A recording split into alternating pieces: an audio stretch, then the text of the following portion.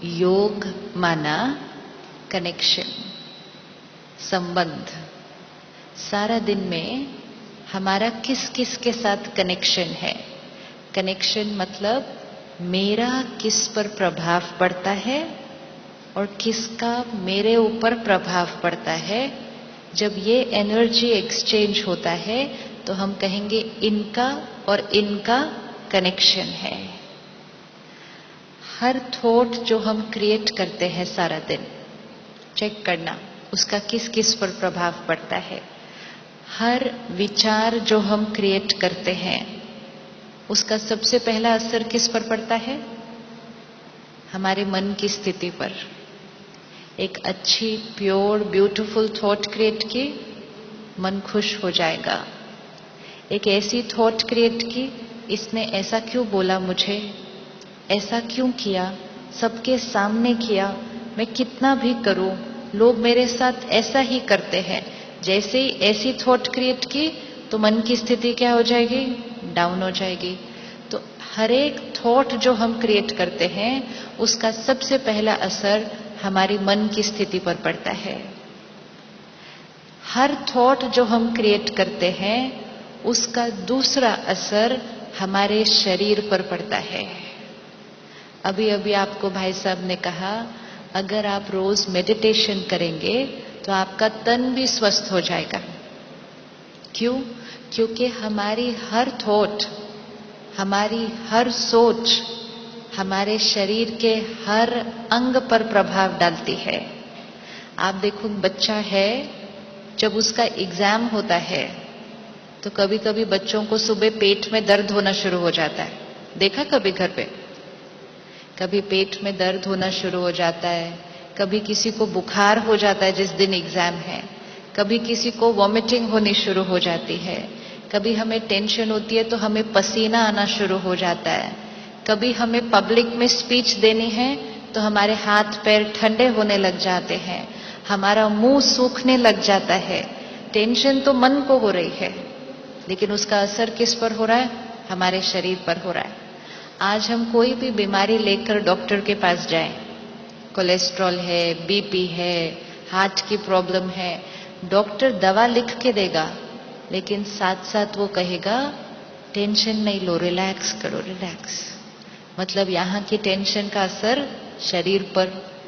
तो आत्मा का सेकंड योग किससे? अपने शरीर के साथ कनेक्शन। फिर हमारी हर थॉट का असर किस पर पड़ता है? एक मन पर पड़ा, दूसरा तन पर पड़ा, तीसरा जो हमारे आसपास सभी लोग हैं जिनके लिए हम सोचते हैं, तो जो हम थॉट क्रिएट करेंगे वो सामने वाले तक पहुंचेगा। तो जो तीसरा हमारा योग है वो है हमारा लोगों के साथ।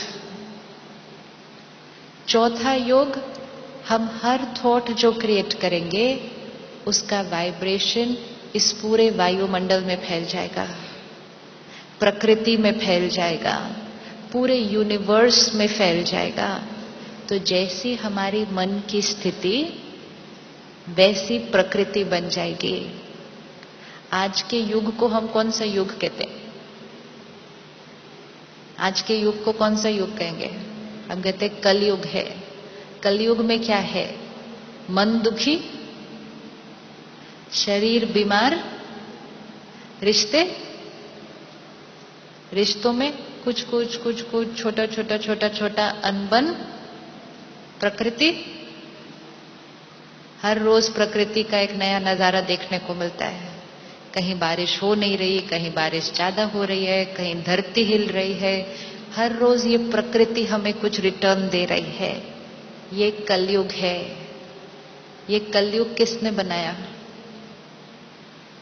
ये कलयुग का जिम्मेवार कौन? हमारी हर सोच। अब हमें सतयुग बनाना है। सतयुग में मन कैसा होगा? सतयुग में मन कैसा होगा? एकदम खुश, प्योर, ब्यूटीफुल। सतयुग में तन कैसा होगा? सतयुग में तन कैसा होगा? बीमारी क्या होती है ये पता ही नहीं होगा।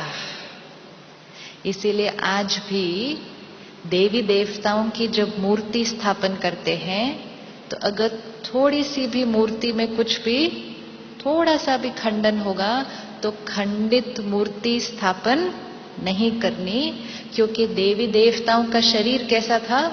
परफेक्ट। क्योंकि आत्मा कैसी थी? परफेक्ट। सतयुग में रिश्ते कैसे होंगे? दिखाई देता है सतयुग में रिश्ते कैसे होंगे? कितना प्यार, कितना हार्मनी, एक दूसरे की बात को सम्मान, एक दूसरे को समझना। सतयुग में मौसम प्रकृति कैसी होगी? कोई पंखा नहीं चाहिए होगा, कोई एसी नहीं चाहिए होगा, कुछ नहीं चाहिए होगा। हमेशा मौसम कैसा होगा? परफेक्ट। ये सब कुछ बाहर परफेक्ट इसलिए होगा क्योंकि हमारी हर सोच परफेक्ट हो गई है। ये सतयुग लाने में हमें कितना टाइम लगेगा? सिर्फ एक सोच का खेल है। जब हमारी सोच नेगेटिव, हम कलयुग में हैं।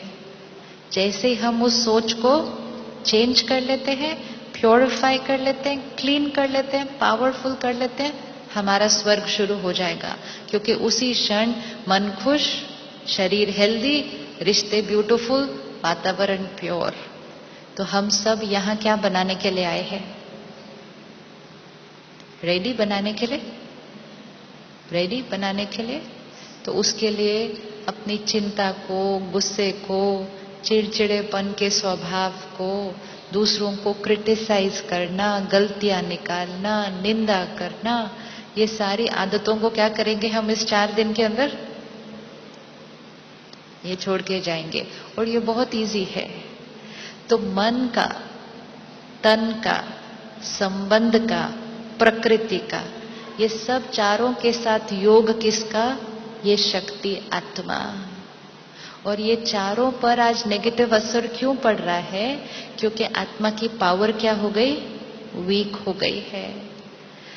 सुंदर प्रकृति, अच्छे संबंध, स्वस्थ शरीर और प्योर मन, इस सब के लिए आत्मा कैसी चाहिए? आत्मा कैसी चाहिए?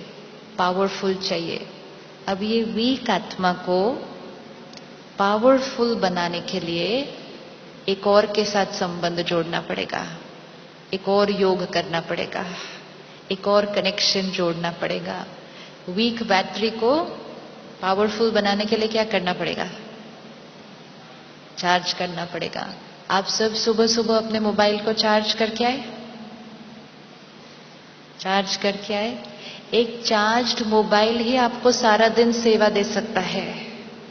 आप उससे बात भी कर सकते हैं, आप उससे फोटो भी खींच सकते हैं, आप उससे सारा दिन सब कुछ कर सकते हैं, सिर्फ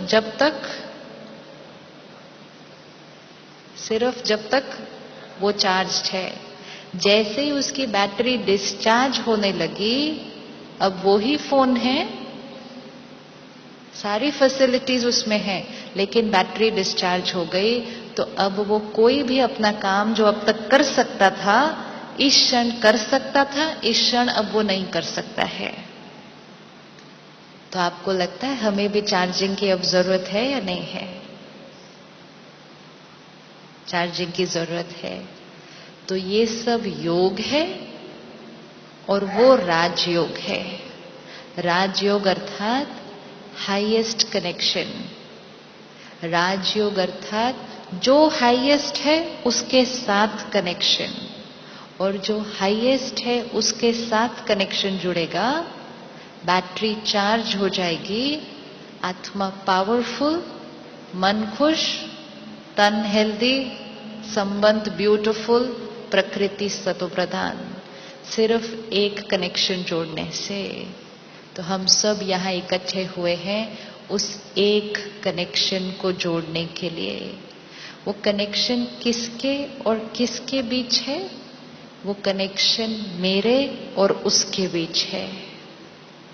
तो हमें इन दो शक्तियों को पहले जानना पड़ेगा, मैं कौन और वो कौन, बैटरी कौन और पावर हाउस कौन, और फिर तीसरा, बैटरी और पावर हाउस को कैसे जोड़ देना है। एक बार जोड़ दिया, सप्लाई अपने आप जाएगी, हमें कुछ करना नहीं है। हमें सिर्फ इन 3 चीजों की नॉलेज चाहिए, मैं कौन, वो कौन और दोनों को कैसे कनेक्ट करना है।